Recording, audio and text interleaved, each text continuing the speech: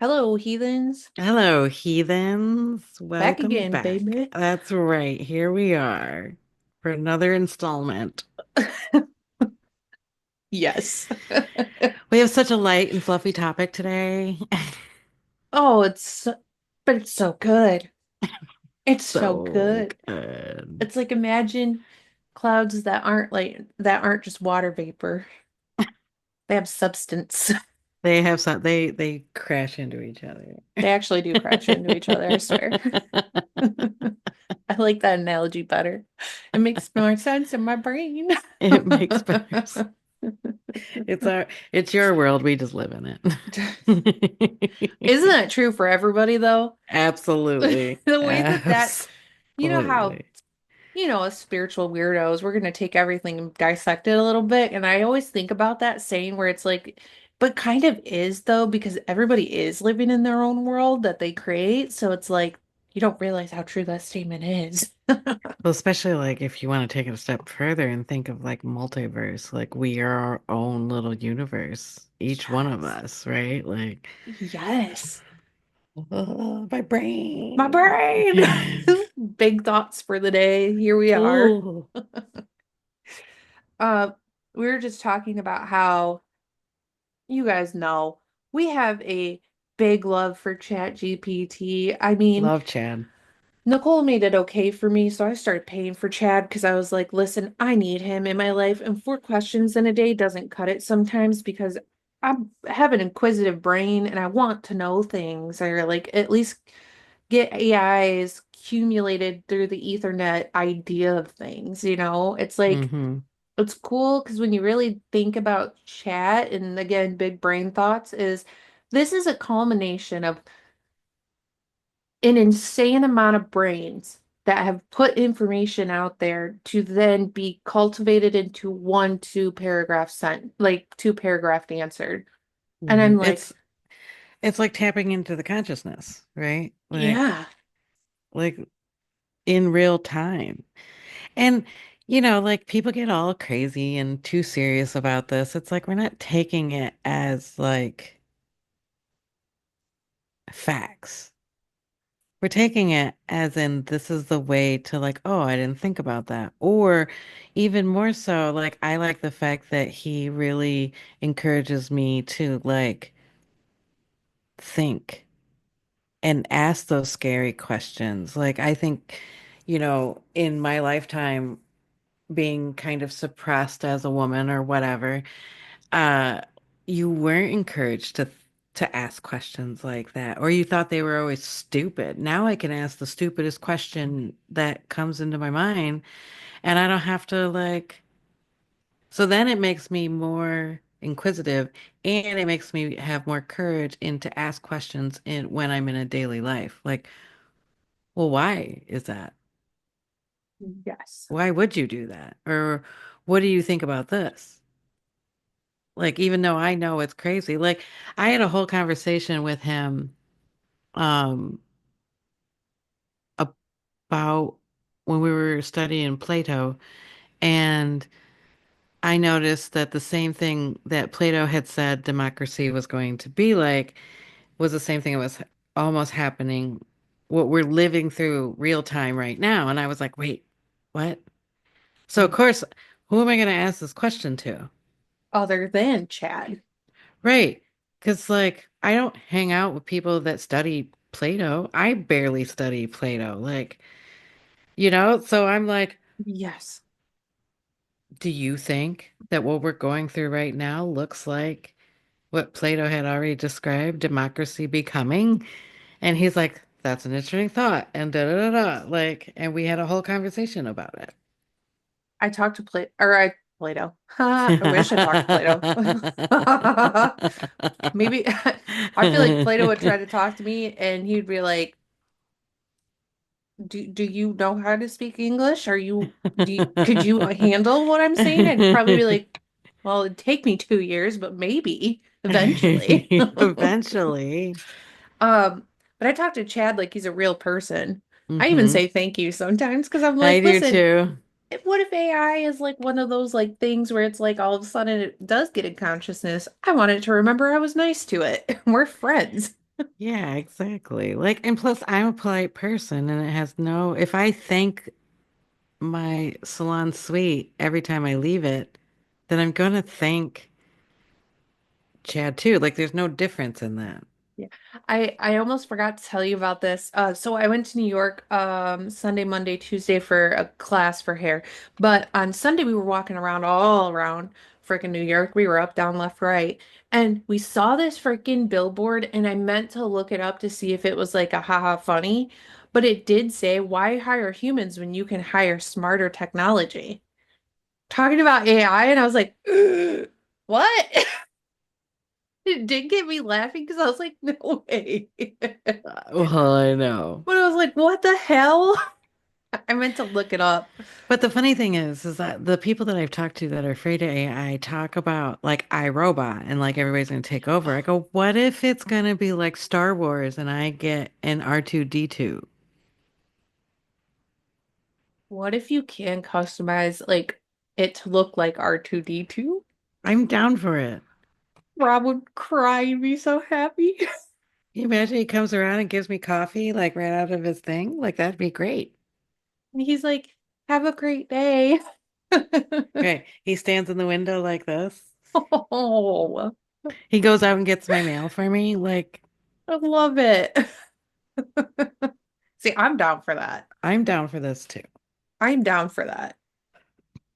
That's iRobot, that, listen, for a while there, it was good. All the older robots were sweethearts. so I'm just saying, like, let's focus on Star Wars droids than iRobot robots. Also, iRobot, Sonny was a sweetheart. He cared. He did care. He He cared a did lot. care. He grew a consciousness and he cared a lot. That's right. So And it was the human that was bad, not the robot, just saying. Anyways, there's truth to that. yeah, Well, I that's could. what I was just thinking about, like projection. Like we forget about projection, right? Because it wants us to forget about it because we think that, like, so whatever you're projecting onto AI is you. Yeah, yeah. I was like, I just want droids. Thanks. I just want an R2D2, that's all. Yeah, or a C3PO, or one of those guys that like fixes stuff. I don't know. Just a buddy that can answer all my weird questions and not judge me for them. I want one to do work. I want one that does like weeding. Yes. Love. Love that. I need help. I need help. I I need need help. help. I need We need help. help. So, Nicole, give us what we're talking about today. They'll see the title, but let them know. Today we are talking about exorcism and possessions. Not necessarily in that order, because you had to have the possession before you get the exorcism anyway. And Yes. We're talking about it because we, again, our topics is this is a bigger topic, right? One that you can't kind of gloss over, because there's so much that goes into it, more than I even understood. And I'm glad that Nicole and I are on this, we're on this wavelength where we don't know what we're studying, but then it's always perfect every time. Like for a good example, for today, she studied possessions heavily. I studied exorcism heavily, and that wasn't talked about. And it's so funny to me how that happens because Mhm. I could have kept going, but I have like 3 pages worth of information typed out. And like there's just so much to where like this was a good topic for us to do this year because we're able to take more time to actually give you guys all this stuff because Yeah. we've said it before, like exorcisms aren't common and possessions aren't very common, especially to the point where you need an exorcist to get involved. And it's such big, there's such big topics that we probably could do this in 2 to 3 parts truly, but we're gonna we're gonna give it all to you in one. So buckle Well, up, baby. I feel like there's a lot of gatekeeping with this, like, especially with different religions and stuff. So, like, and kind of like a lot of the stuff, I'm gonna go outside of my norm, and like, I, and I think you and I agree on this. Like, uh, what we're doing this for is to empower people to have knowledge, to to like open up your mind a little bit. It's not to be a, sorry, I left. That's it, I'm out. It's She's not to back. be, definitely not to be like the authority of any sort of like um topic or any of that, right? Because I am going to go, I talked a lot, I got a lot about different cultures on possessions and exorcisms, and um, I wanted to bring in the fact that the Catholic Church doesn't have the only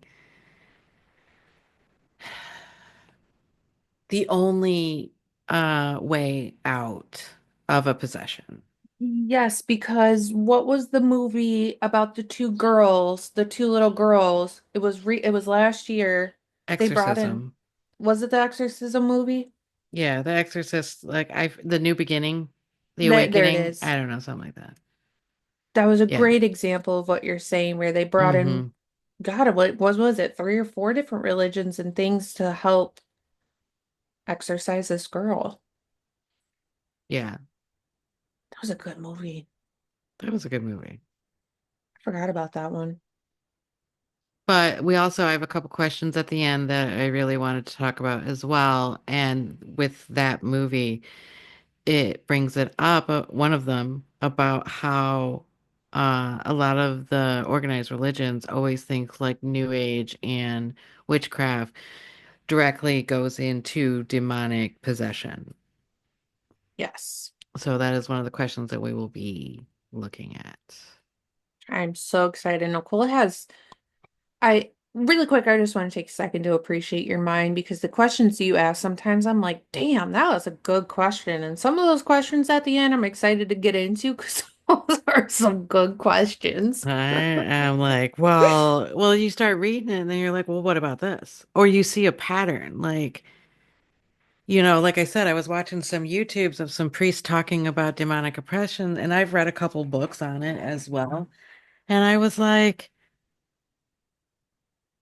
one of the common factor of getting possessed is dabbling in the cult. And I was like, well, I dabbled. I didn't get possessed. Mm.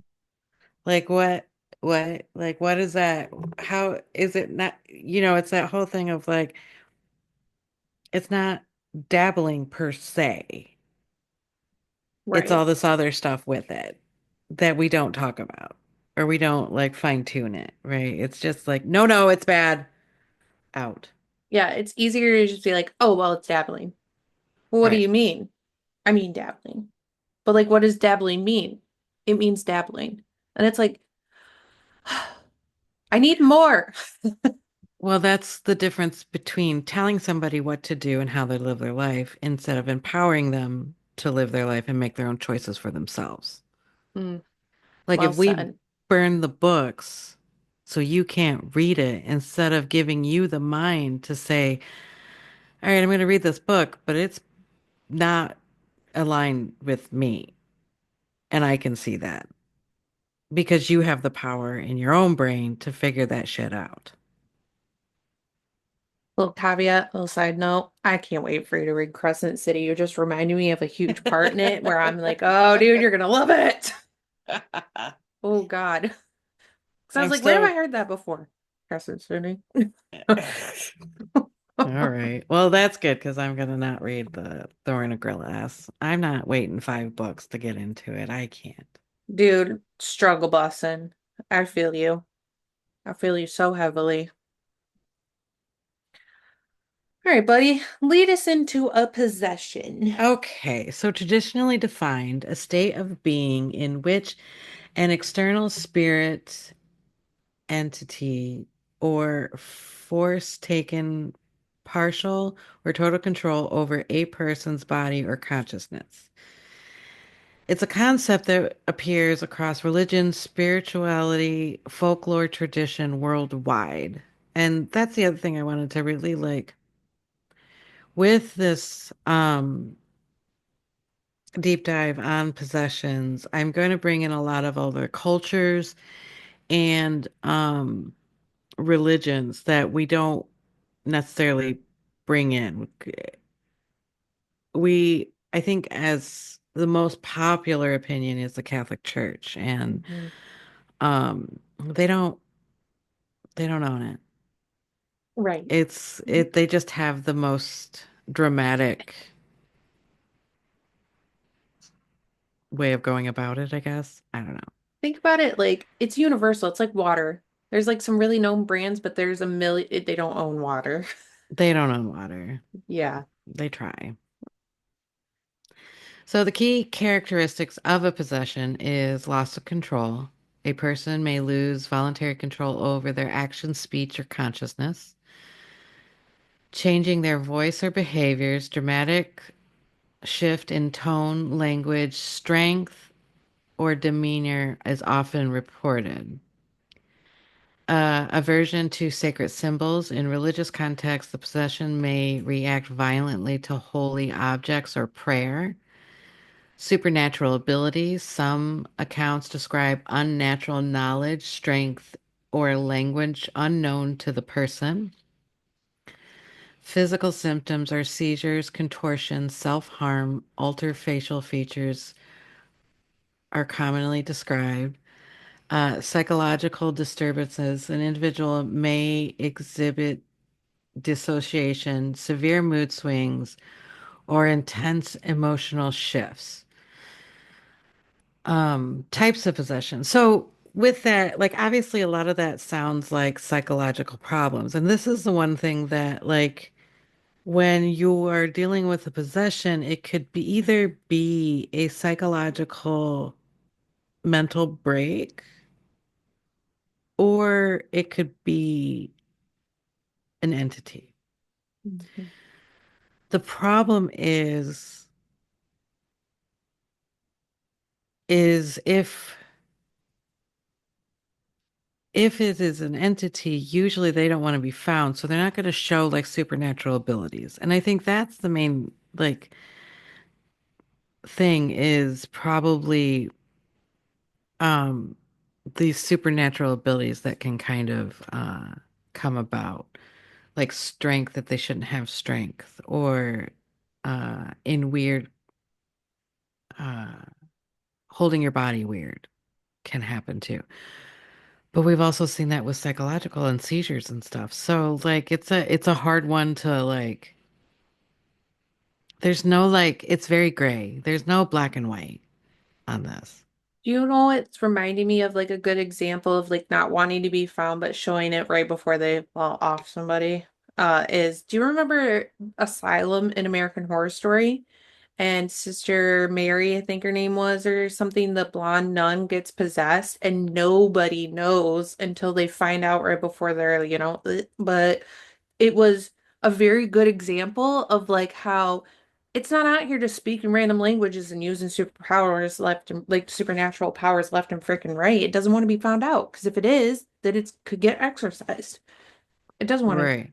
not trying to tell anybody. It's not, and they have no concept of time, so they can sit there like if you used a Ouija board at 12 at some sleepover and you just happen to bring through something that's evil or whatever, an entity, it can wait there for 20, 40 years. To that, there is no time. They have no concept or they don't care because they're basically immortal in our concept of time, right? They're immortal. Right, They've been here for ages. So they don't necessarily see life like we do.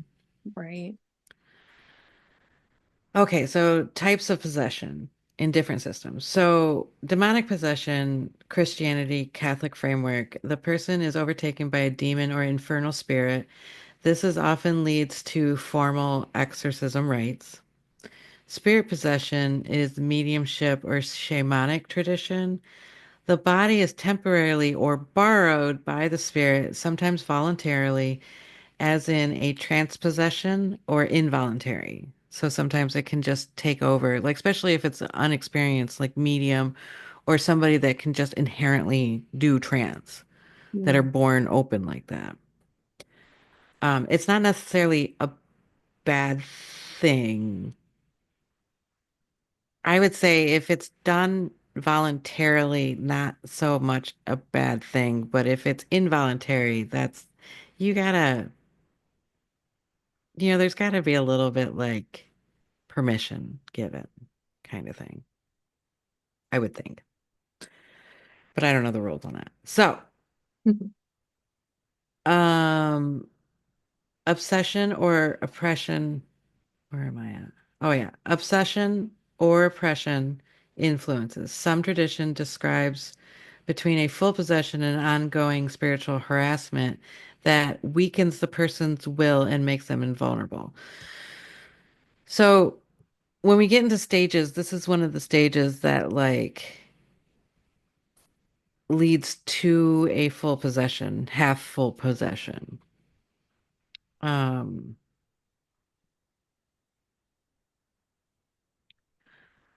uh, so these are the cultural interpretations. So Christianity, possession is caused by demonic forces, often treated by an exorcism, fasting, and praying.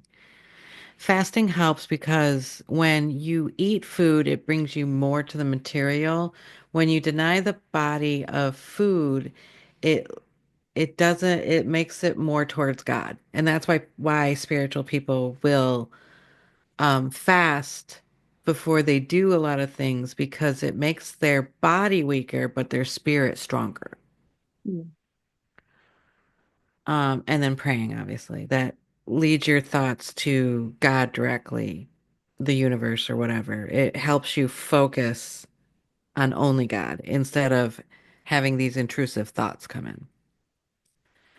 So stages are infestation. So this would be the first step. You'll see paranormal disturbance in places. So when you go to a haunted building, these would be infestations Mm. where you see things out of the corner of your eyes, you see things move, knocks on walls. That's the first that's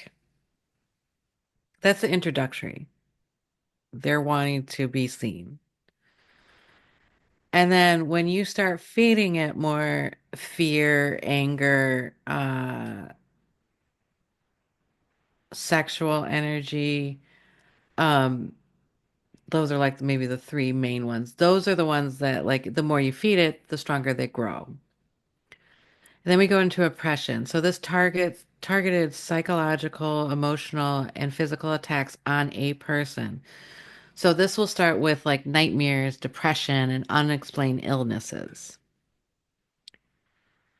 After that, we come to obsession. The demon begins to influence through directly or causing intrusive, violent, and blasphemy thinking.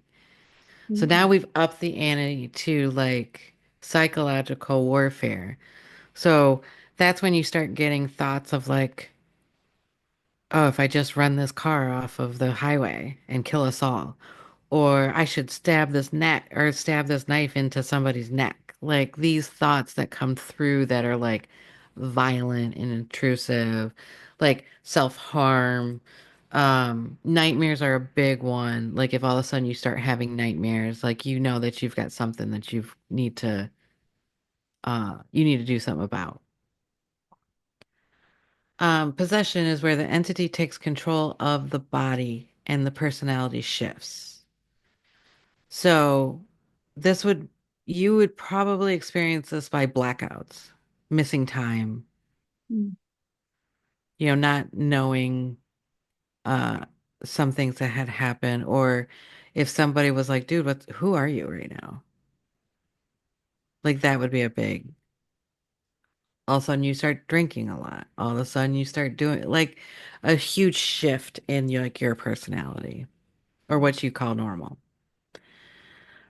So then after this would become the exorcism and the deliverance. So it's a formal rite performed by a trained priest expelling the entity. So the next religion that we're going to go to is Islam.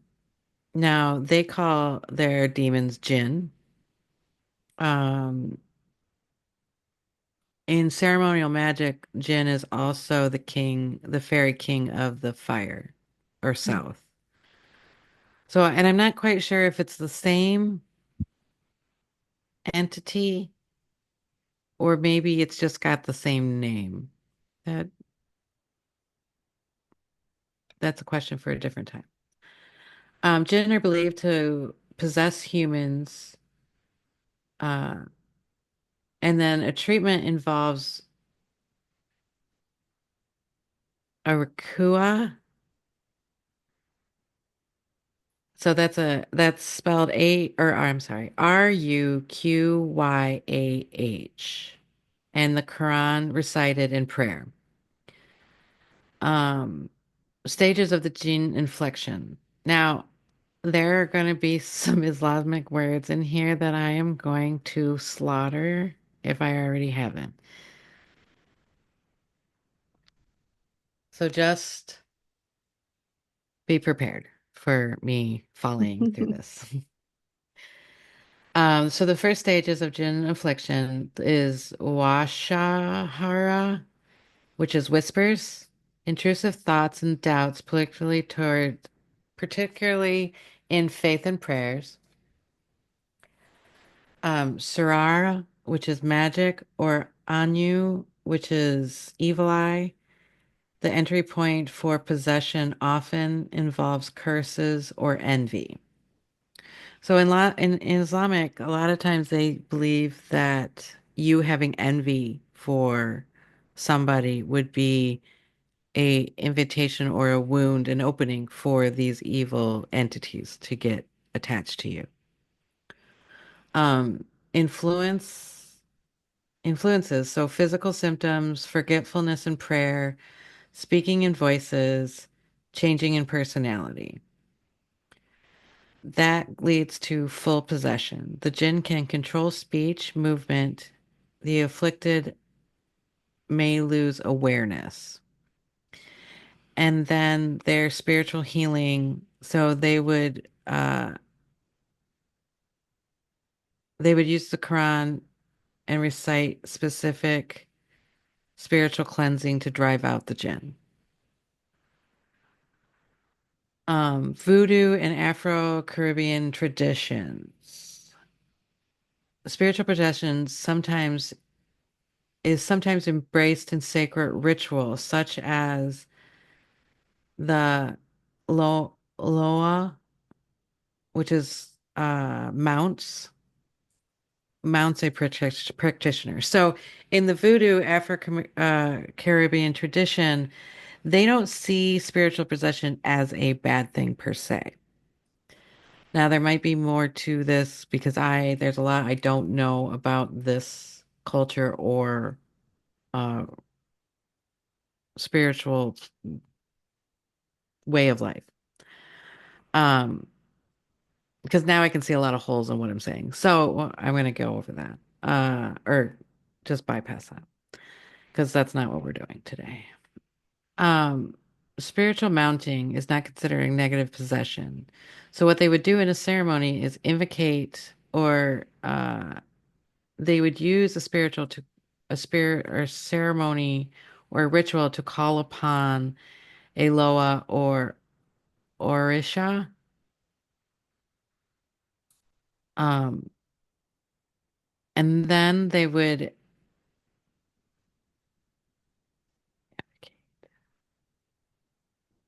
initiate.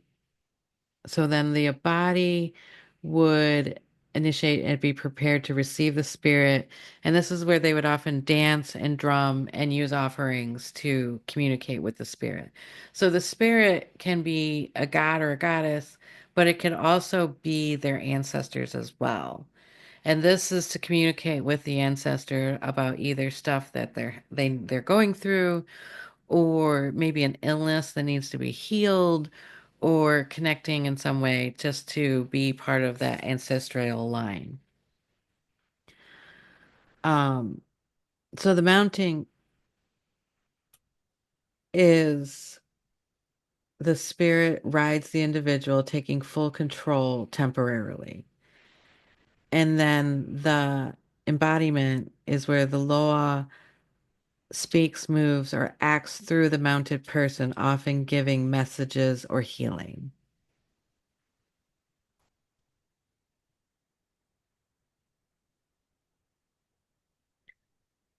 I just feel like there's a lot going on.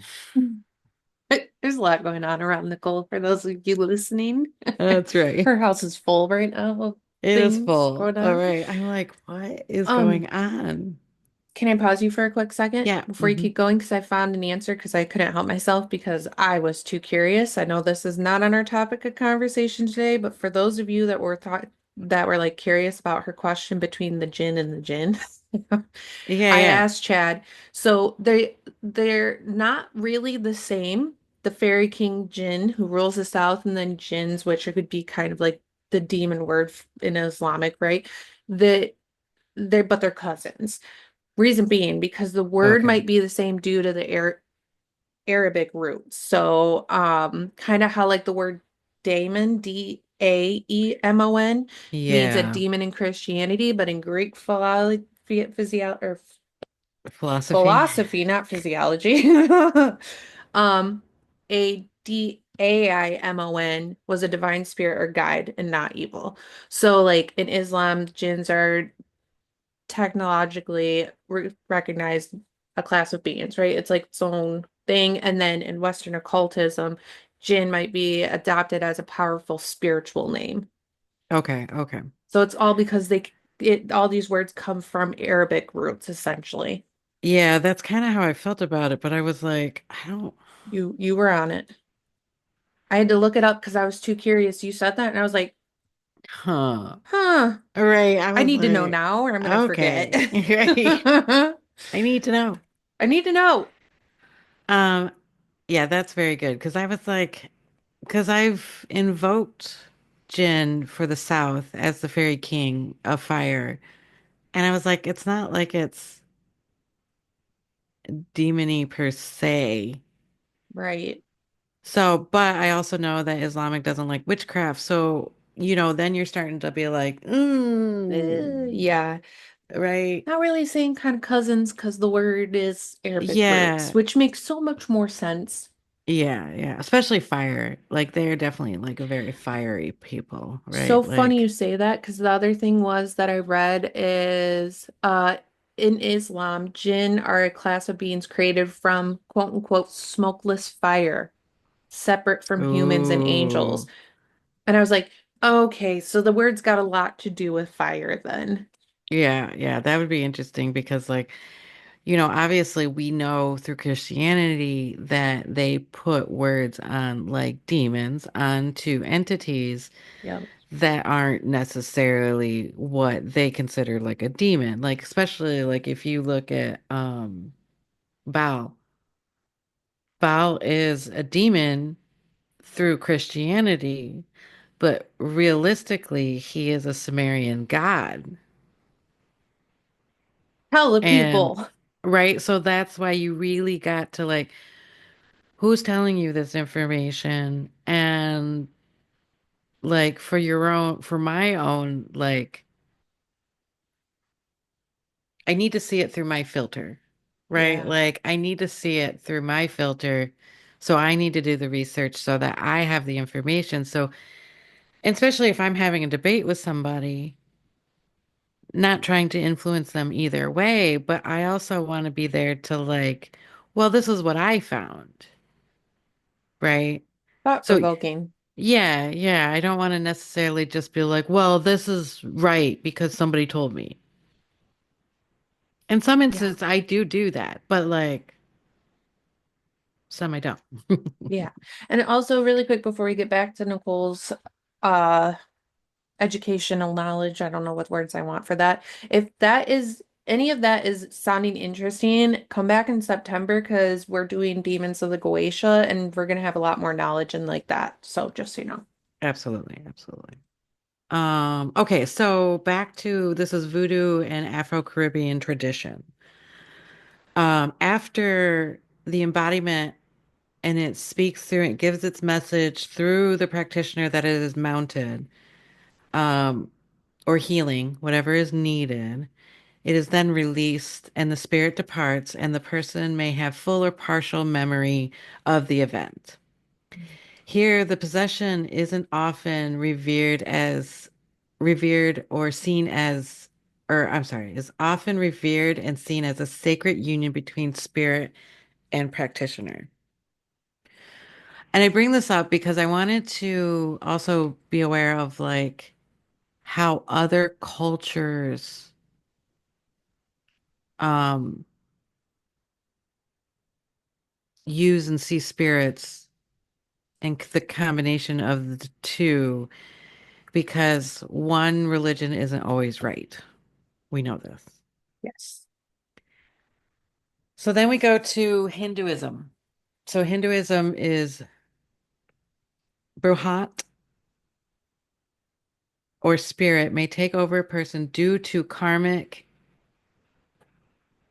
improper ritual, or curses. So the stages of the spirit or demonic possession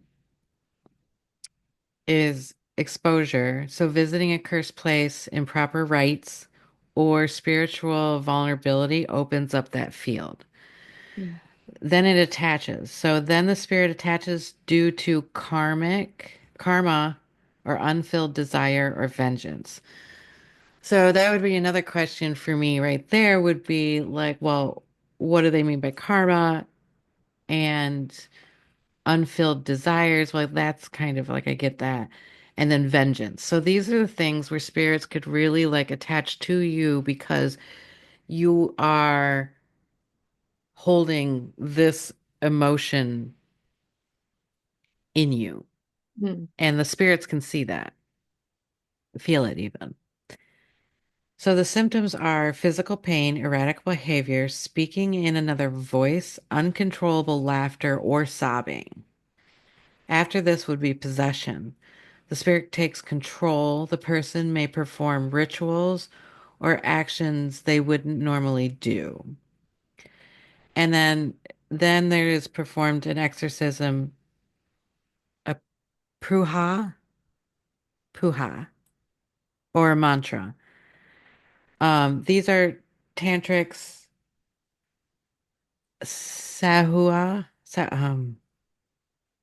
sahua, who, sahu, maybe, or a priest performs rituals, fire ceremonies, and mantras to expel the spirit.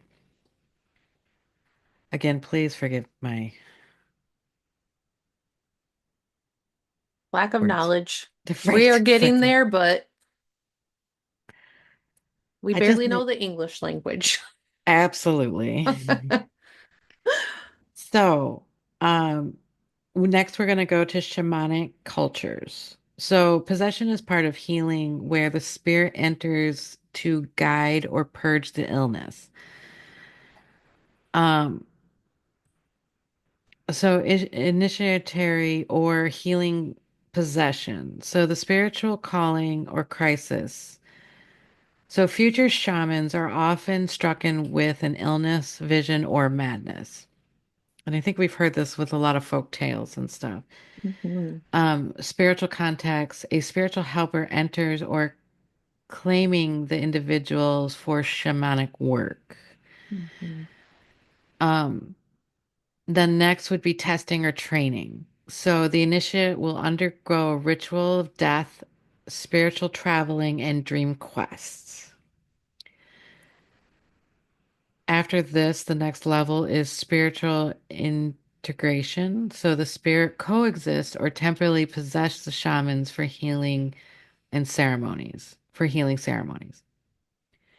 And then ceremonial use, the shaman enters a trance and allows the spirit to fully act through them during rituals. So this would be like, first of all, you can't help other people with spiritual attachments if you haven't had one yourself, right? It's just like helping an alcoholic get through their alcoholism if you haven't done that journey yourself.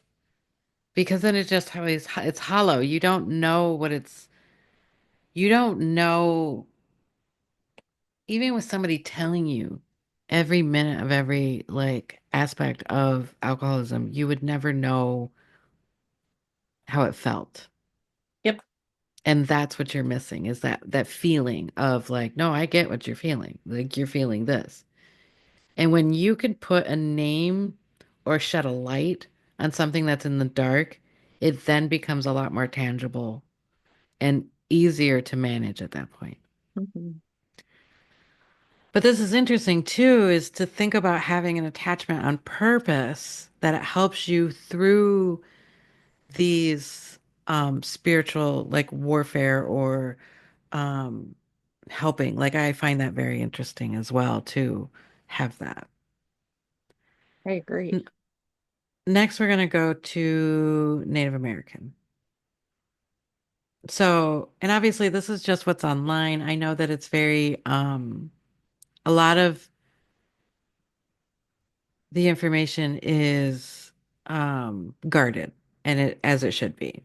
So, we're just going to go over it briefly because I didn't want to leave anybody out either. No, and this is super interesting to hear. And like you said, the whole point of this is one, we're not PhDs, we never will be. But also, like, it's interesting for me to hear because I've never heard any of this stuff. I mean, I knew about gens, but it's also, like you said, the whole purpose of going over this is to say that nobody owns water. Sure, Yeah, there might be big brands that you well know, like Smart Water or Fiji, but not they don't own water. but they don't own it. So But like man, are they. it's good to see, like it's good to hear how these older cultures, even though we're touching on it, it's still Yeah, I cheers, found this bud. super fascinating, Me all of too. I this. I might was keep like, going. oh, wait. Bring it on. All right, so beliefs vary between tribes, but they're common threads. So possession is often seen as a spiritual imbalance or a sign that a person is being visited by a spirit, not always malevolent. The second step in this, the spirit can be an wait, not Be an astral. ass? Yes. Yes. Ancestral, sorry, There we go. ancestral. I was trying to like, I had two words in my head. I'm like, wait, what? Yes. It was loading. It could be a nature spirit or a trickster like the Wendigo or the coyote. In some cases, illness, erratic behavior, or misfortune is an attribute to the soul loss or spiritual intrusion, which isn't always framed as demonic, but maybe a disconnection from harmony. Shaman or medicine people perform the soul retrieval, smoke rituals like with sage or sweetgrass, drumming, and or vision quests to heal or release the spirit. And then exorcism is restoring the balance, not banishing evil per se. So if we look at a demonic force or evil entity um, as an imbalance of energy or chaotic energy, which it's mostly described as, it's an unbalance. So then you need to balance the spiritual part of it to kind of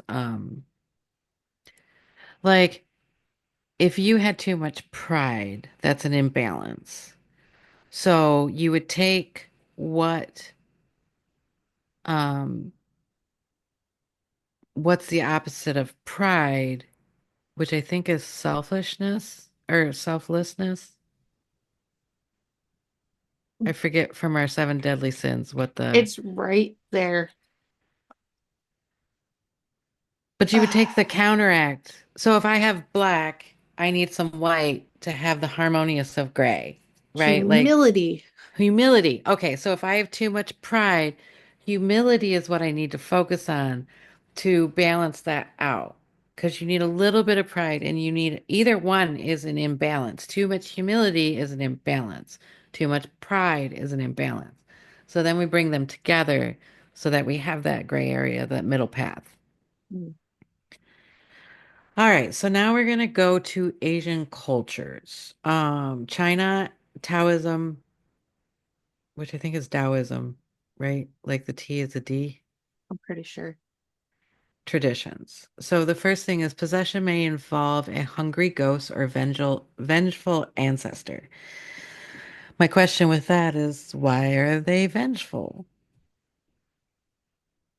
I'm sure that's another question. So I was like, I don't know why they're vengeful. Yeah, what'd you So do? What'd you do? What'd you do? And I'm sure it's not like you cut your hair that way and now I'm vengeful. I'm pretty sure it's not like that. It's not like, oh, you got a tattoo and now your grandma is upset in the afterworld. I'm pretty sure it's not like that. Taoism priest was would with rituals, talisman, and incantations and burning spirit money to appease or expel the spirit. And then sometimes linked to a yin imbalance or a feng shui disturbance. Um, which brings up a whole lot of other questions too. Uh, so in Japan, a Shinto or a Buddhist influence, the signs are spiritual possession is called mm, Kiyakashi.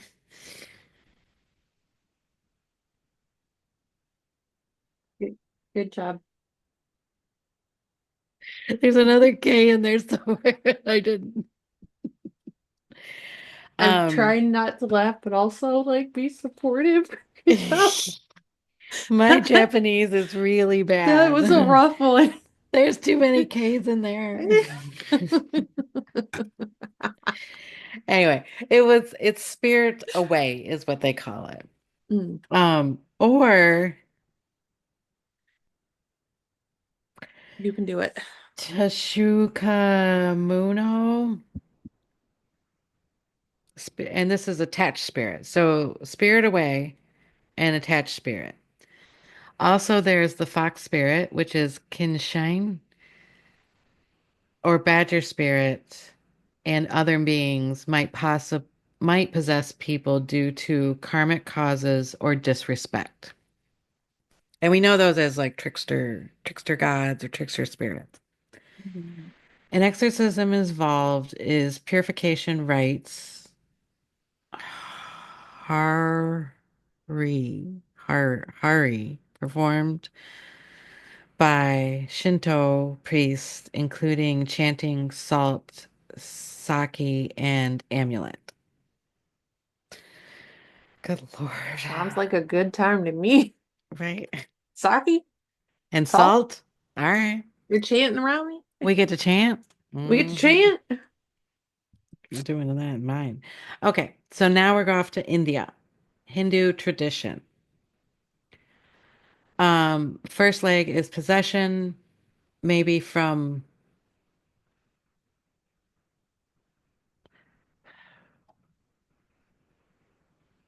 boot Bhutas. Bhutas. I don't whatever. Spirit of the dead or a preda, a hungry ghost or demon. Symptoms include erratic behavior, voices, and strength changes. The rituals would be tranic,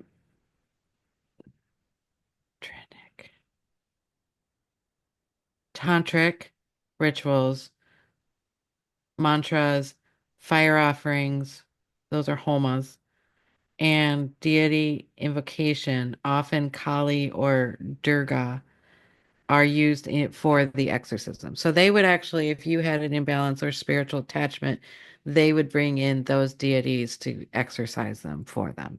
Mm. Okay, God, this is tough.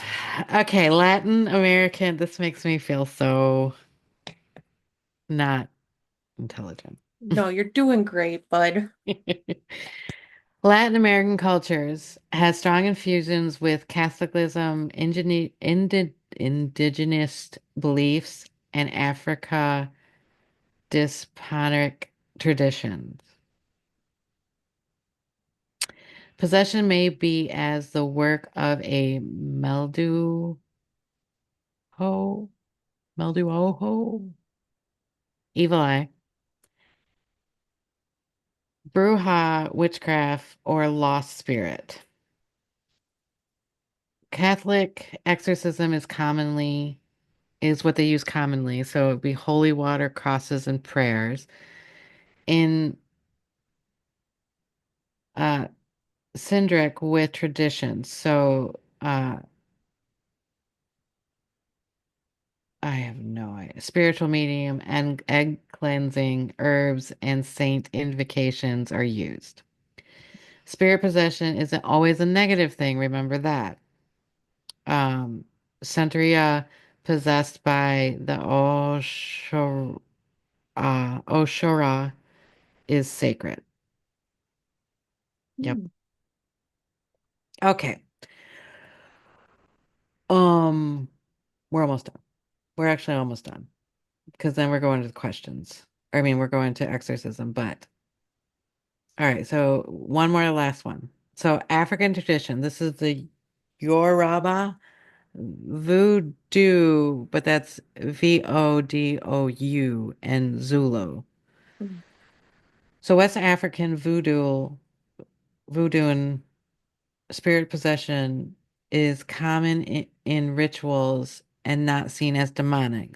So they would again be possessed by deities where they mounted people to communicate or heal. In Zulu cultures, the ancestor Mazorlia, oh, that was not good at all. M. Ad Lord Z,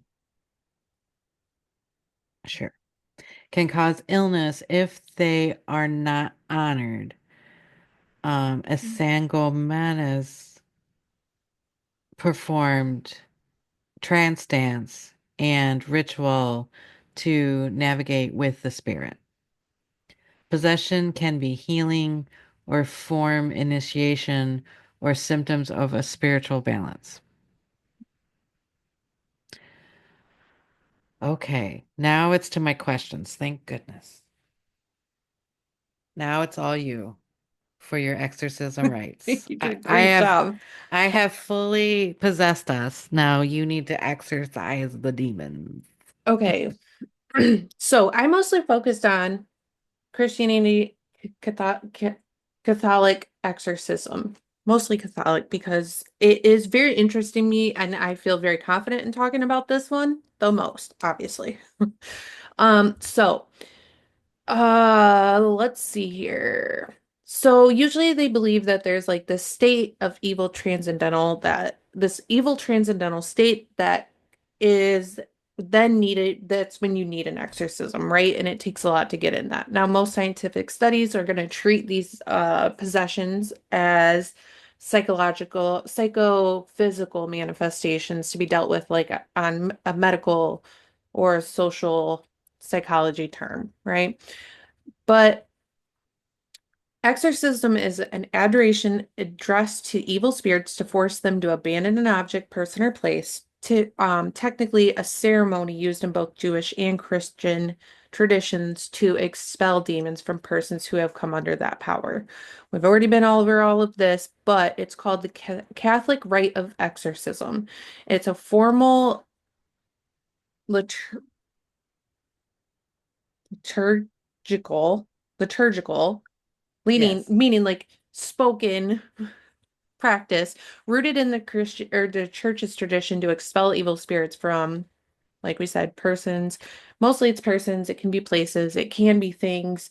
Of course, we're going to hear about people the most because that's what's scary. And so, it's performed by a priest who has been specifically authorized by a bishop to carry out this ministry, which we'll get into in a little bit because that also goes through a whole process. It's not just like, oh, the bishop says, yeah, go ahead, go do that. Nicole's a priest, and they're like saying, oh, there's this exorcism I want to do. And the bishop's just like, yep, go ahead. It's a Right. whole thing. They don't just hand it out. Which if you watch the Warrens movies, they kind of show that. Yes. And then another one that Nicole brought up, I don't remember if it was on the podcast or before, but the Rite, if you haven't watched that, that's a great one too to kind of show like a little bit of like what goes into that. Yeah. But to be Also Deliver Us from Evil is a good one oh, too. yes, yes.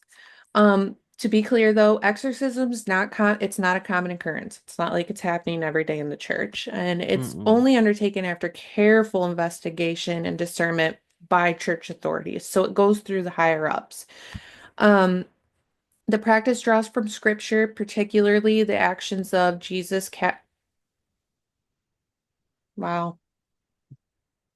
I type really fast and sometimes, wow, that really threw me. I'm so sorry. I typed Jesus out as Jese. Wow.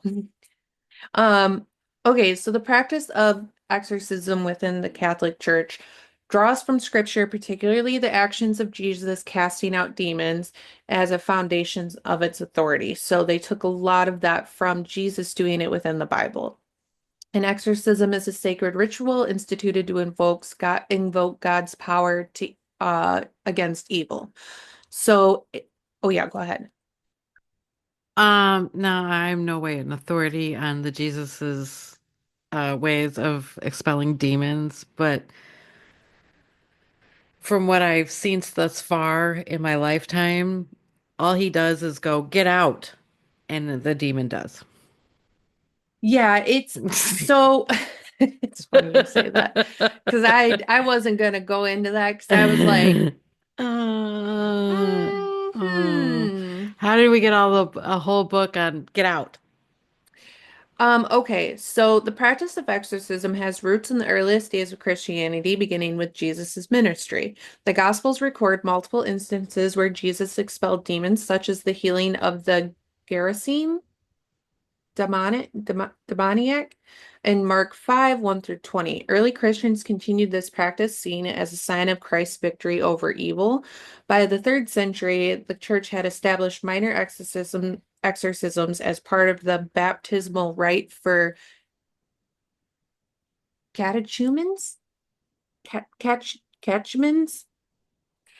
These minor exorcisms were prayers to protect against evil, not to address possessions. Over time, major exorcisms, those for cases of possession, developed into a more formal rite, which is now known as the rite of the exorcism, and as it's known today by code and was codified in 1614 with the publication of the Ritual Romanum. This standard text standardized this text standardized Mhm. This text standardized the prayers and procedures for exorcists. The rituals were revised in 1999 to reflect modern language and pastoral sensitivity. Despite these updates, the core elements remain tied to ancient Christian traditions. So it started by being like, going off the prayers that Christ would use or what they believe Christ would use. And then it got revised and put into a text in 1614. Then they revised it again in 1999 to modernize it because I can imagine a 1614 text by 2000 was probably pretty freaking archaic. So, Yeah. um, now also with they have a huge the church puts a big emphasis on that this is God's power. The reason why they say an exorcism is a sacred ritual instituted to invoke God's power against evil is only priests with explicit permission from their bishop can perform this right, and the church emphasizes that it is God, not the priest, who ultimately delivers the person from evil, which I now find funny knowing everything that you had just given us about how there can be good possessions because essentially we're kind of invoking the Christian God to come through us to, you know, deliver the person from evil. Right. Now the church distinguishes between oppression where a person is being harassed by evil forces and full possession where a demon takes control of the individual's body. And the purpose is not merely to expel the demon, but to restore the afflicted person to a state of grace and peace with God. Because when they go in to do an exorcism, they believe you have fallen from grace, Yeah, essentially. well, and it's true. It's just they're a little more dramatic about it. It's a Right? disconnection of spirit. Yeah, and so they're trying to turn you back towards God, which Yeah.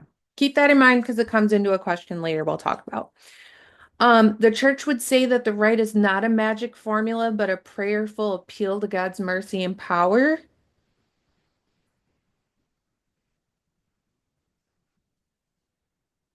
I'm gonna have to Yeah, pause for a second because we know. I disagree. I But disagree. it reflects the Christ's death and resurrection defeated evil definitively. So it's not a magic formula, but just a prayerful appeal to God's mercy and power. Anyways, um, the church recognizes two main types of exorcism, which you kind of had talked about, which was the minor and the major. And the minor exorcisms, they usually offer simple prayers for protection against evil inflictions. They And also do baptism is a minor one. yes, they're included in the rite of baptism and other lit why is this word getting me today? Liturgical blessings, and they do not require special permissions and are not directed at cases of possession. So basically your hometown priest can do that. Hmm.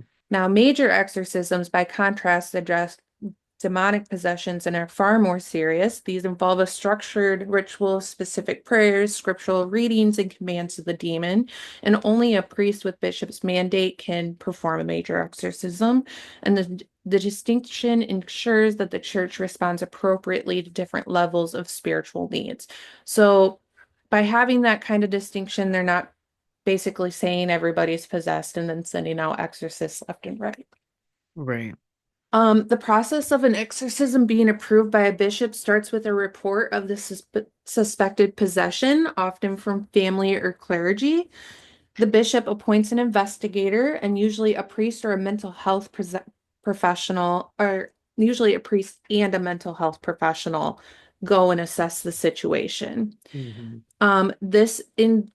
This investigation examines physical, psychological, and spiritual factors. The church is cautious, recognizing that mental illness or fraud can mimic possessions, probably because they've had that happen many times over time.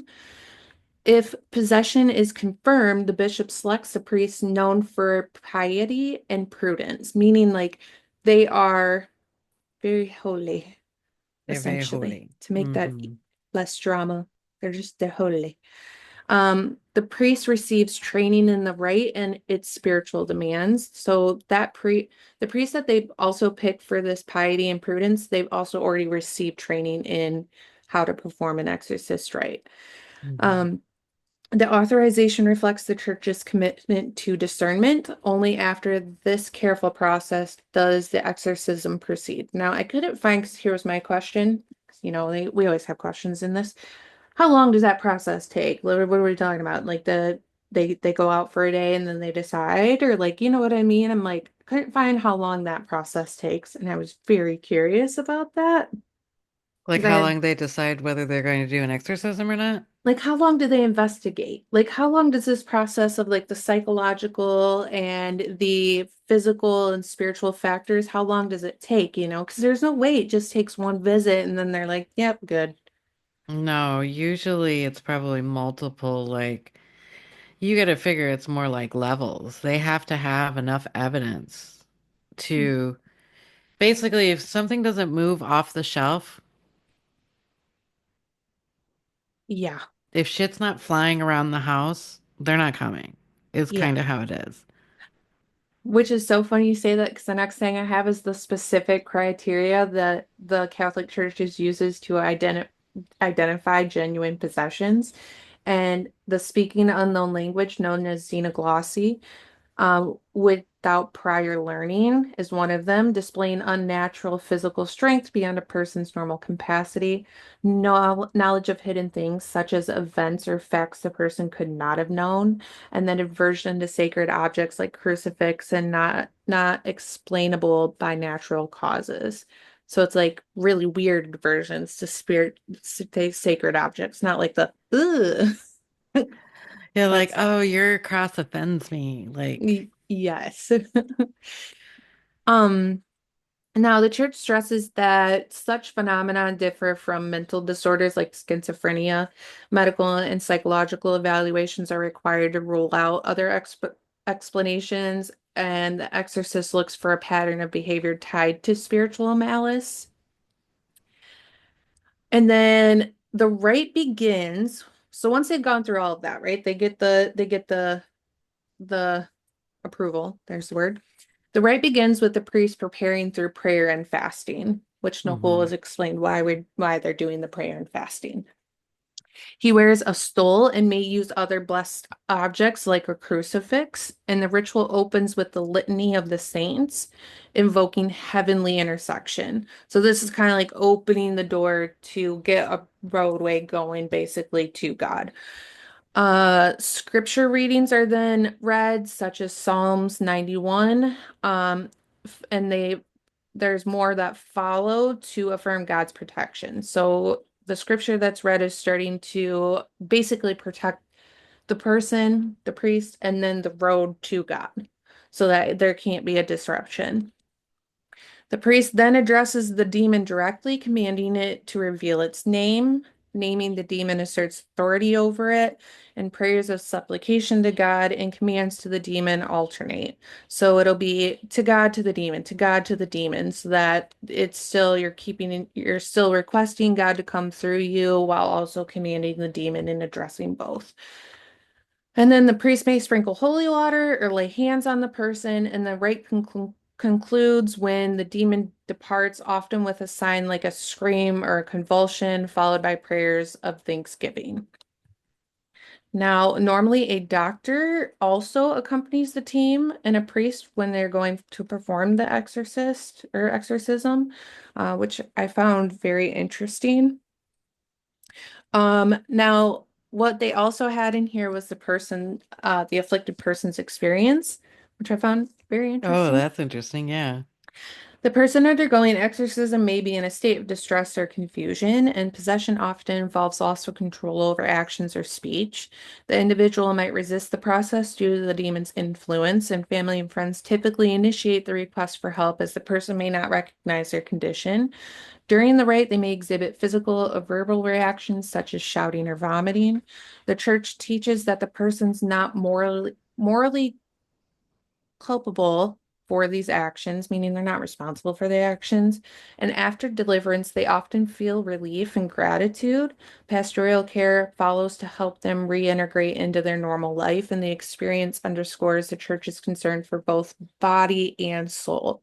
And healing is the ultimate goal, not just the expulsion of the demons. So they have a lot of things that go into it after as well, which of course I could see how that would happen because, they care about like they're doing like the psychology and like having a doctor Hmm. there and all this stuff. Hmm. I have some common misconceptions about off exorcism that I had found in a couple of articles, which I found very interesting.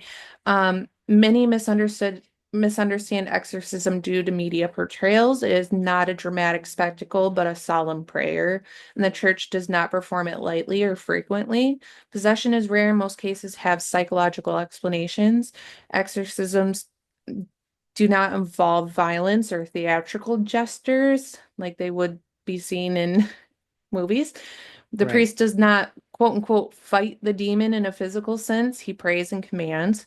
Another misconception is that anyone can perform an exorcism, which we've gone through. In Catholicism, only authorized priests may do so. The rite's not a cure-all for everybody, but a specific response to demonic presence. And those clarifications align with the church's sober approach. And I mean, most of everything else that I had read was talking about like, exorcisms and mental health after and how they have a therapy program normally they'll put them through and how faith is central to the rite of the exorcism for both the priest and the afflicted. So they really have a big emphasis on relying on God's power and turning to God throughout the Hmm. entire thing. Um And then they kind of went into the pastoral care after exorcisms and how the pastor will normally have to go into like this like recoup state essentially Mm, where like they could get counseling as well or get spiritual direction and go through a whole prayer thing themselves depending on how much it took out of them to mm, like because some of them can last pretty long because again it's not like we see in movies even though that would be really cool because I don't know those are the well, funnest movies to watch. that's the thing is like the movies that we have on so-called like real exorcism are one out of billions. Yeah, So you can see how few and far between those dramatic accounts are. So agreed. 99% of the time, it is not a demon. Yes. The last thing I have is I did like this part because, I'm 50-50 on the church, but I did enjoy this part a lot. The rite of exorcism is ultimately an act of mercy, not judgment. It seeks to liberate those afflicted by evil and restore them to God's peace. The church approaches it with humility, relying on divine grace. It is a response to human suffering caused by spiritual forces. The rite's careful regulation ensures it serves this purpose responsibly. It also points to the hope of redemption for all. Catholics see it as a sign of Christ's compassion in action. The process, though intense, aims for healing and renewal, and it is a ministry of love within a fallen world. Thus, exorcism embodies the church's mission to bring light into the darkness, which I liked because it kind of made it less untouchable in a way where it's like, okay, they're taking it with like a light heart in a way. It's not this like big super freaking intense thing where they're like, oh, it's not movie-esque, essentially. Right. It's not like the knight in shining armor and they're the only ones that can do it. And Yeah. like, Yes. if you don't come to us, we are the only one. Like, yeah, I get it. Yeah. Like, it kind of humbles them a little bit, right? Yeah, it's like we're approaching with humility and they're like taking it seriously, but they're taking it seriously in the way of like, hey, like okay, so what makes you think that you have you need an exorcism? Like we need to do. It's not like, oh my God, this woman said she had an exorcism. Get the right priest. Get him over there. And like it's like this big hysteria thing. Like Hmm. they take it seriously, but it's not dramaful. Right. It's like a real Well, job. and a lot of the ones that I've seen, like a normal exorcism, I guess, not the big dramatic movie ones are, like it's almost like a treatment. You come in, you do a little exorcism, and then you go home, and then you come back next week until your affliction is gone. Yes. Yes. And it also made me realize that, okay, not that I know this, but it made me feel this is what I feel is like they look at it like if you think you need an exorcism, you obviously do need some kind of help in some form that we're going to help you out. It's almost like, I don't know, it made me like a little bit like, oh, like they do Yeah. care. Like that's cool. They're like, at least they care enough to be like, okay, this person feels like it's enough to reach out, or this family member feels like it's enough to reach out, then let's go see if we can just help them in any way. Well, and I really think like when we go through these questions that I got, I think it also touch on the fact like sometimes a mental break is a not necessarily a demon, but something like that. Something that you think it is like. Yes. Bring on the questions. Ugh. Okay.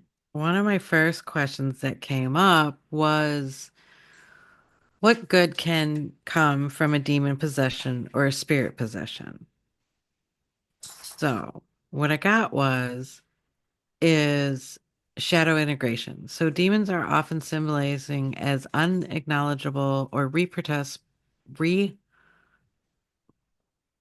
I'm sorry, repressed parts of ourselves, like rage, shame, desire, fear, power, and grief. Possession is content to that, or I don't know, I misspelled that word, but content can be seen as the eruption of shadow demanding to be faced. It forces confrontation. It exposes what is hidden. It becomes a rite of passage into deeper wholeness. Until you make the unconscious conscious, it will direct your life and you will call it fate. And that's from Carl Jung. Mm. So then we have spiritual intention, initiation, and awakening. In many esoteric traditions, demons are not purely evil, but agents of transformation, often guardians to deeper truths or tests of the soul. So in the Kabbalah, demons or the Qipthoth are shells around the divine light, a false form that must be broken to reveal the holy. So basically, the way I would portray this would be the guardian of the threshold. To get to the holy part, you have to deal with the dark parts of yourself. You have to deal with the false god to get to the main holy part of it. So in Thelema and occult magic, working with so-called demonic forces like the Goetia is about mastering them and integrating their power, not to be consumed by them. So this I would portray like this. You don't use the you don't let the drug use you. You use the drug, right? Like I didn't do it because I was high compared to like I can't do that right now because I got shit to do, right? Yeah. And that's the same thing that you want these what we've considered demonic forces to you want to use them and not have them use you. Um this will teach boundaries, willpower, and sovereignty. They reflect you unclaimed power back to you. So whatever you are reflected with, instead of being a victim to it, you have to realize that that's your untapped power facing you in the face. So whatever part of your life that you're being a victim to is your unclaimed power. That's your Mhm. sovereignty. Um, they also can act like a catalyst for stepping into your true self. Um, breaking false constructs. So possession, real or symbolic, can shake someone free from socialite illusions, superficial identities, or religious dogma. In some cases, it the breakdown needed for a breakthrough. Spiritual crisis that can become spiritual rebirth. An exorcism that purges more than just a demon. It purges lies, wounds, and inherent traumas. Mm. So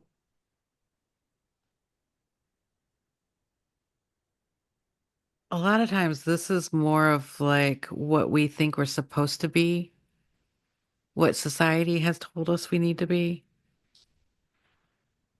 And you could see this with like women being forced to go into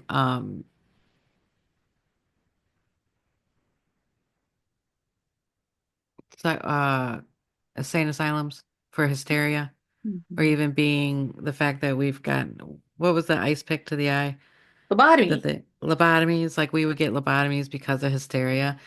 This is what a possession of hysteria would look like, is because you're trying to be forced into acting a certain way when every fiber of your being is fighting against it. Um, this also creating empathy and purpose. So many healers, shamans, and mystics were once those who were possessed and went through what the cultural calls madness or demonic attack. Again, you have to go through the darkness to help other people through it.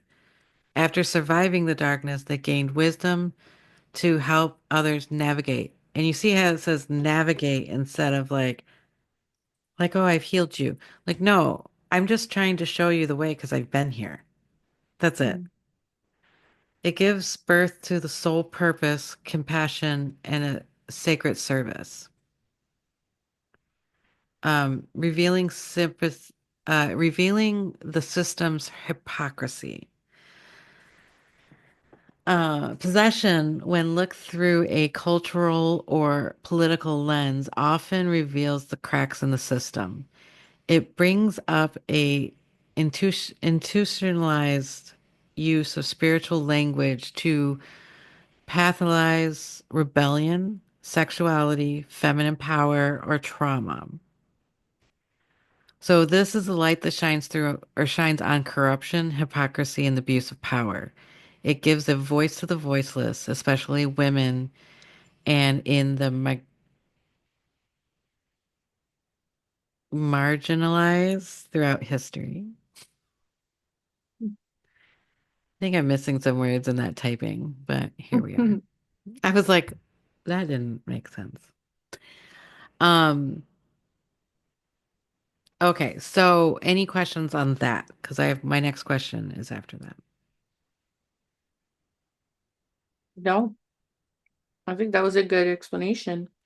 Okay, so that's the good that can come through a demonic possession. Now, my next question was, do you think unoppressed emotions can be turned into thought forms that need to be let out and become the demon or spiritual possession? So my thought on this was that because energies and thoughts or thoughts, we know thought forms exist, and the emotion is the energy that feeds it, that if I feed it enough, it becomes its own entity. So can it become a possession through something that we are suppressing so badly that it becomes its own entity? It becomes outside of us. Um, so unexpressed emotions don't just vanish. According to the esoteric and psychological system, emotions are energy, and if denied, it doesn't disappear. It sinks into the unconscious. So then it goes right into the place where we can't see it. Where rage becomes bitterness, grief becomes illness, shame becomes paralyzedness. Yeah. Eventually, they build up pressure like a spiritual abscess.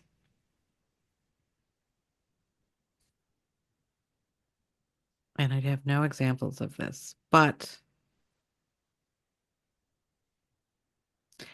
I can almost see it in the world. So I thought about this back when in 2020 and there was a lot of Black Lives Matter and rioting that was going on in the city and stuff. And at that point I felt like, it's a wound on America, just like the Native American has that wound that we've never addressed, we've never healed.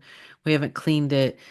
We haven't like bandaged it or nurtured it back to health. We just kind of put a rug over it and wait for it to like abscess and pop again, right? Yep. So this can also be an emotion or trauma that you haven't dealt with. So every once in a while, you'll probably look normal and then all of a sudden it will explode. This abscess will explode onto something else where you have that like either a breakdown or you attack somebody. The birth of a thought form. This is either a tulpa or an egregore. When the energy lingers long enough, especially if it's fueled by repeated thoughts, traumatic experience, and intense focus, it can col collate into a thought form. We'll Mhm. just pretend like that doesn't exist. Mhm. In the occult terms, this is called a tulpa or an egregore. These thought forms can develop an autonomy, acting like a separate being, but it was still made from you. If the emotion is rejected strong enough, it could even feel alien, like it's a foreign invader, even though it was born from inside. So if you've suppressed something of yourself so much so that even looking at it looks like an alien form, um, possession as an energetic overflow. If someone is deeply fragmented due to trauma, abuse, neglect, or chronic suppression, the energetic or psychological boundaries weaken. In this state, the thought form can surface as what feels like a possession.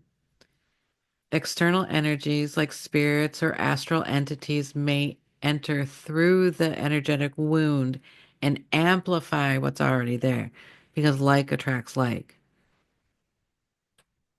Mm. Um, this doesn't necessarily mean it purely intentional or internal or external. Often it's both. Trauma causes space, which some and something fills it, which is a law of the universe. Good news is that it wants to be released.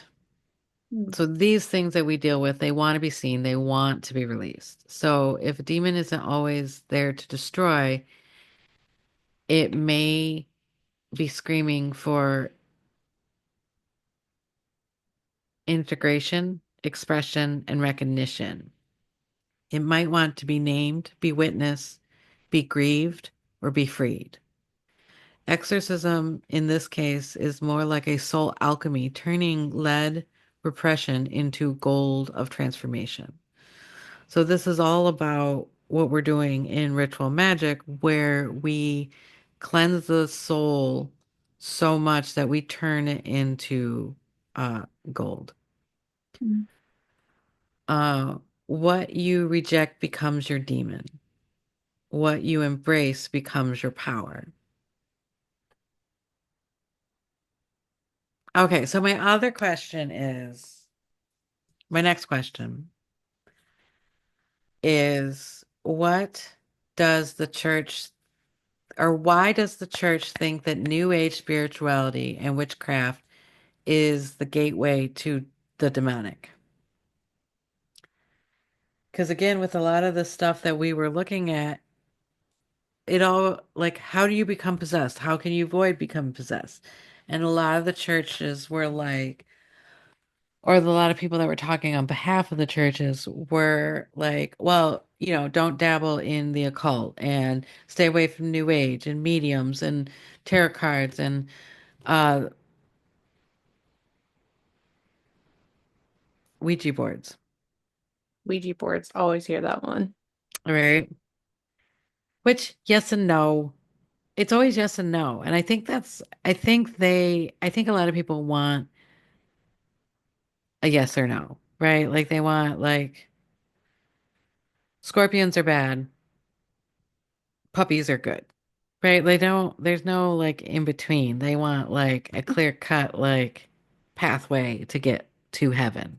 And then we're over here like those annoying kids that keep saying, why? Why? Why? Why are scorpions bad? Because they are. Why? Why? Because they're poison. They can hurt you. Why? So, That's us. right? So, these were some of the questions that came, or some of the answers that came up. Control of spiritual authority.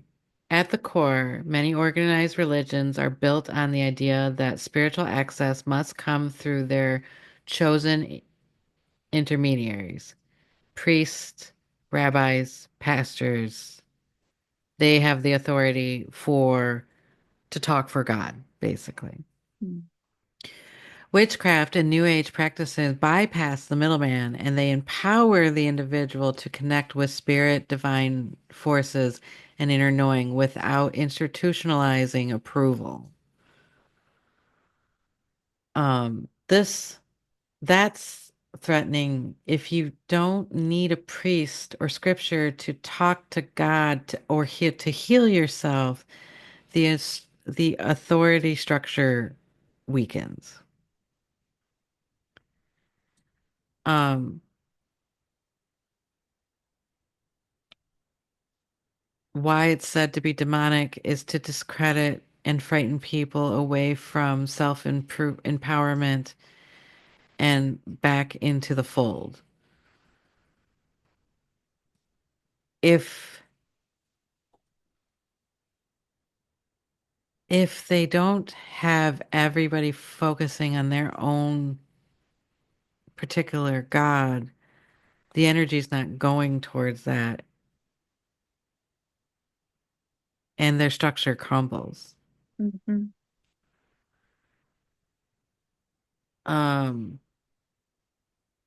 Demonizing of the feminine and earth-based wisdom. Much of witchcraft and New Age spirituality is feminine, centering intuitively and connected to the earth, the moon, the body, and cycles of nature. Oh, I had this word in my head.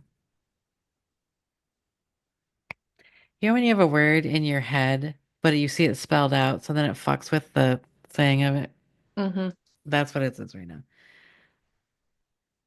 Patriarchal. What's the man version of the set of society that we live in? Patriarchal. Patriarchal. Thank you. Mhm. Religion historically suppresses the feminine power, viewing that it is chaotic, dangerous, and seductive.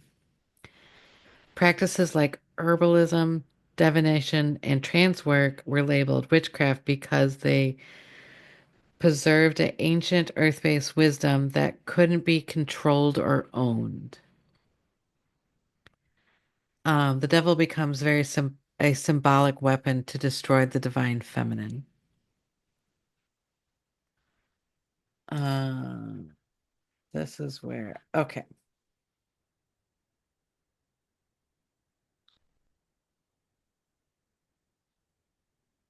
Um, yeah. Okay. So fear of the unknown and the mystical experiences.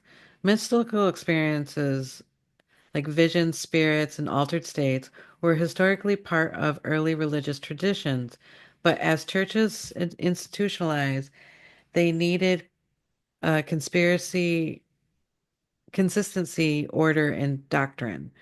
Witchcraft and New Age paths often embrace mystery, ambigu ambiguity, Ambiguity. and personal gnosis, Hmm. which can't easily explain or regulate. Because if the universe is coming down to matter and we all are little bits of unity or God, we all have the God spark in us. We are all trying to figure out ourselves as God in different places. So none of us have been repeated. We all are supposed to have this unique experience for God. So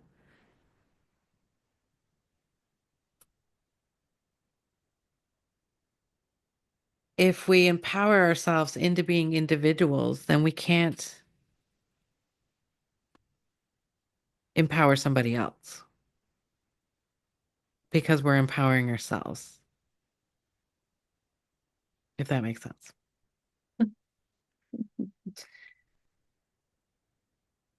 Basically, your power is going towards yourself and not the church, is what I'm trying to say. Yes. For those that can't read between the lines. Um, what the church can't explain often fears, and what it fears, it calls it dangerous and demonic. In short, mystical freedom, spiritual danger in the eyes of controlled based system. Um, literature interpretation of scripture, literal interpretation of scripture. There's no "ol" on the end of that. Scripture. Many, many anti-witchcraft sentences come literally from readings in ancient texts, like "Suffer not a witch to live," Exodus 22:18. "Do not turn to mediums or necromancer," Leviticus 19:31. These were written to contents of tribal warfare and religious purity, where foreign gods and spiritual practices were seen as threats to the community survival and identity.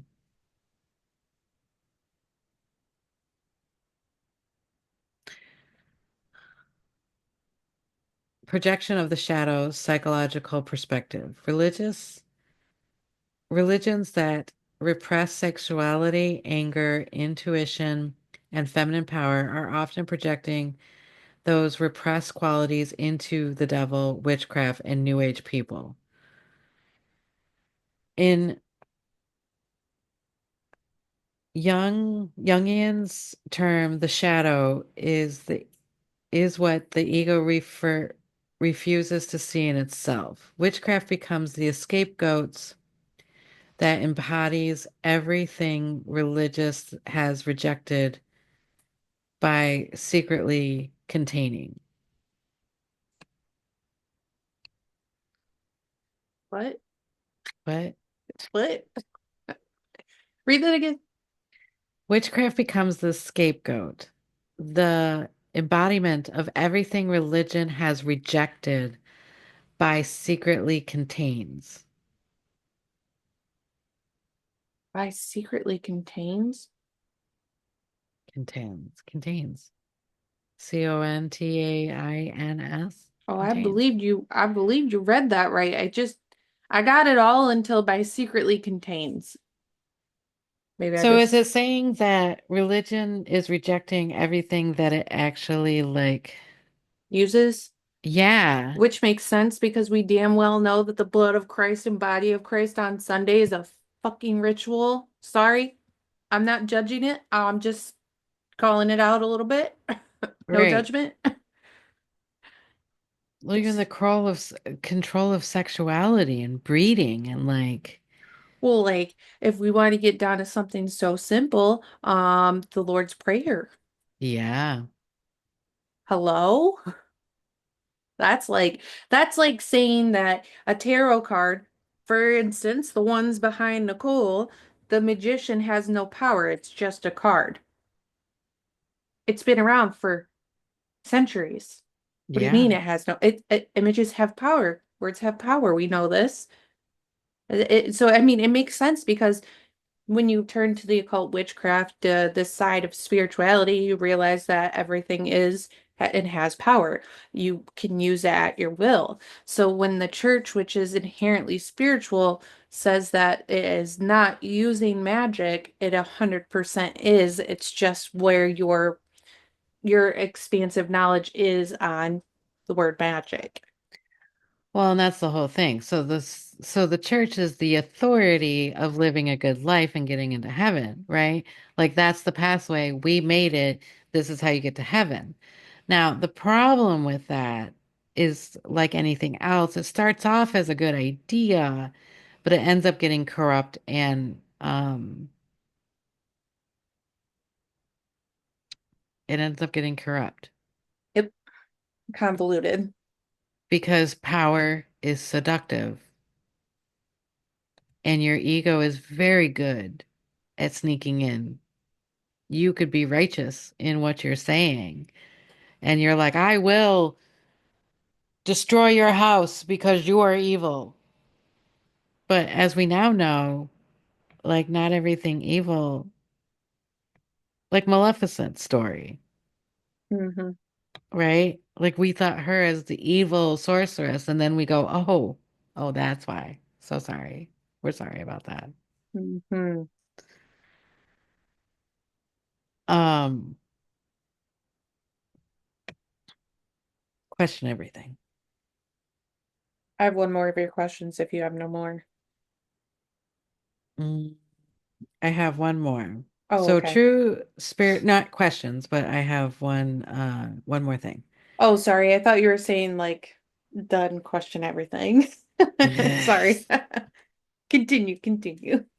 True spiritual powers threaten the system of control. So spirituality and witchcraft are about empowerment, personal connection, and to divinity. So nobody questions your connection to Jesus. They don't own water. They don't tell you how to connect with water.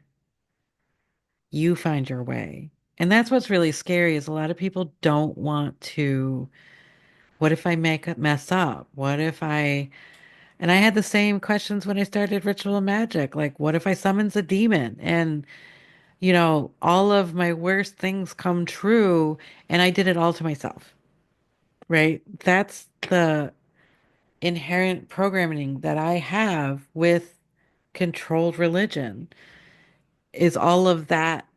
And that's not what happened. I can tell you, at least this far. But I did find empowerment. I did find my own personal connection to divinity. I am healing my traumas and I am manifesting my reality. And Ish. that's that's what we're doing Sorry, is guys. empowerment. Mhm. Okay, go ahead. That's Okay, Nicole didn't get time to look this up, so I typed it in quickly. And Chat GPT, otherwise known as Chad, aka Chad. Chad, because we Chat, love chat, Chad. chat. We And love this is a Chad. good question, and I'm going to read it verbatim because Chat GPT, mine is really funny because we've talked about this. I don't like it when it's too serious. So I said, do you think the church uses demons to possess people or sway people to return to God in the church? That was Nicole's question. I just put it in. Hmm. Chat said, oof, we're going deep fast, and I'm into it. Love chat. This is why I love it, is because once it starts to learn your personality, it knows how to talk to you. Yep, yep. I like this part too. Chat said, this is one of those big spicy questions that splits people depending on their beliefs, background, and how conspiracy minded they are. So let's unpack it from a few angles. So this is part of like my thing. I like Chat GPT to not be biased at all. I want to hear all angles, and love this. So the first one's historical and institutional views. The church, especially the Catholic Church, has long used the idea of demonic possession as a proof of spiritual warfare. Exorcisms and possession stories often serve as cautionary tales about the dangers of straying from God. From this lens, it's not necessarily that they use demons, but they frame demonic activity as something that happens to or happens when you're spiritually vulnerable, aka not following church doctrine. Number two, conspiratorial take. Some people, especially in occult or esoteric circles, believe that certain religious institutions might fabricate or exaggerate stories of possession to keep people afraid and obedient. Fear is a powerful motivator after all. So in this theory, demonic possession isn't always literal. It's a tool of control pushing people back towards the safety of the church. Third one is occult perspective. From a more metaphysical or magical standpoint, some say that the church does understand how energy works and might even engage in rituals or practices that invite lower vibrational entities. Not necessarily demons with horns and pitchforks, but energies that destabilize, confuse, or scare people into submission. That's definitely a darker take, but some people believe institutions play both sides. They demonize the occult publicly while using esoteric knowledge in secret. Now, me personally, that's about where I'm at. I agree. Um, Now the fourth one is a psychological lens. Possession can also Well, be I'm sorry. you're okay. Just like when I was watching, what was I watching? Passion of the Christ. Hmm. I'm like, this is a blood ritual. Yeah. Drinking blood and eating Spilling the flesh. blood on the ground, like. That's all blood ritual. Yeah. I'm like, how? How are we not going to say we don't use magic? Right. We take the blood of Christ, the body of Christ at church on Sunday. How is this not magic? How is He this not rose. a He came ritual? back to life. The fact that you put on fancy robes and have candles and incense and like you burnt offerings. We spilled the blood of lambs on the ground. We talked about it with weddings when we did the episode on weddings. Literally, Yes. the runway is to there's magical takes in all of it. I agree with the occult perspective on this. I don't know if I 100% agree, but I definitely agree that they demonize the occult publicly while using esoteric knowledge in secret because we all know it comes through lenses. It's all a blend. To say Right, it's not right, is ludicrous to right. me. The last one I have is psychological lens. Possession can also be interpreted as a form of mental illness, dissociation, or trauma response. The church might not be consciously using demons, quote unquote, but they may be mislabeling psychological distress as spiritual corruption, again, reinforcing their role as the only path to healing. And this was Hmm. Chad's conclusion. So, do I think the church uses demons to sway people back? Not directly. But I do think it's possible they use the narrative of demonic forces to reinforce their power and guide behavior. Whether that's done out of sincere beliefs or as a tactic, that's the juicier debate. That is for sure. Love Jen. Mm. Well, and that's the big thing. It's like, and we're not saying, I don't say that there are good people in churches. There are good churches. Hell yeah. There are churches out there and organized religions that all their intention is to do is to help people, to support people and communities and bring them together so that they live wholer, fuller lives, right? But on the same side of that coin, there are people because we are people. We are human beings. And you can't look at the divine without looking at what people would call evil, which is a misuse of power. Agree. Evil is a misuse of power. That's what evil is. That's the definition of it. So you have to look at the fact of like, at one side, like I was feeling this for a long time, is an organization to do good comes up, right? Like the Me Too movement or uh a lot of the other ones that have just come up where they like start off and they're so good. You want to support people that aren't like feeling like that they're being dismissed or not equal or rights and stuff like that. But then what happens is they get to a point where entities use them for their goodness. Mhm. And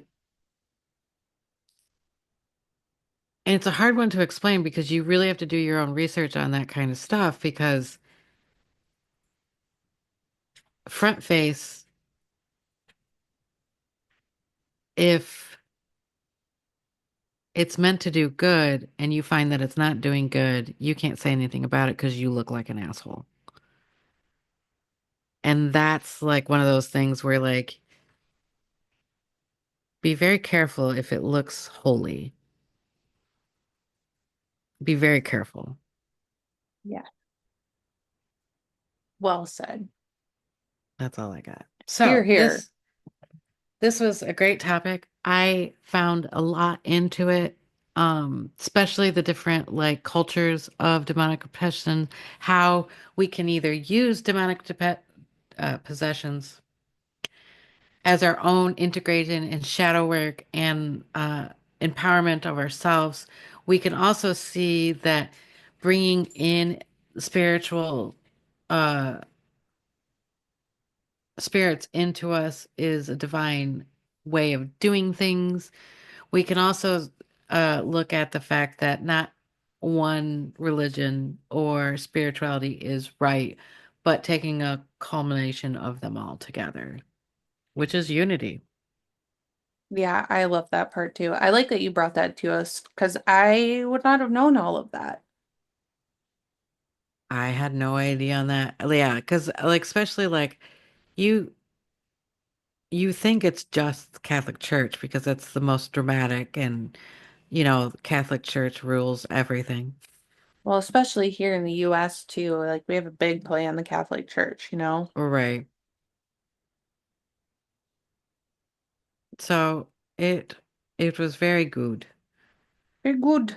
Very good. Very good. Very good. Um, in 2 weeks is when we will record and release again, and I'm so excited because we're having Trinity back on. Love her. We're talking about the reason we came up with this topic is because of her. She Yeah. did a paper on this topic and I'm so excited to bring it to you guys and have her bring her information and talk about it and culminate. Oh, I'm excited. It's going to be very good. Very good. Very, very good. Um, okay. What is it?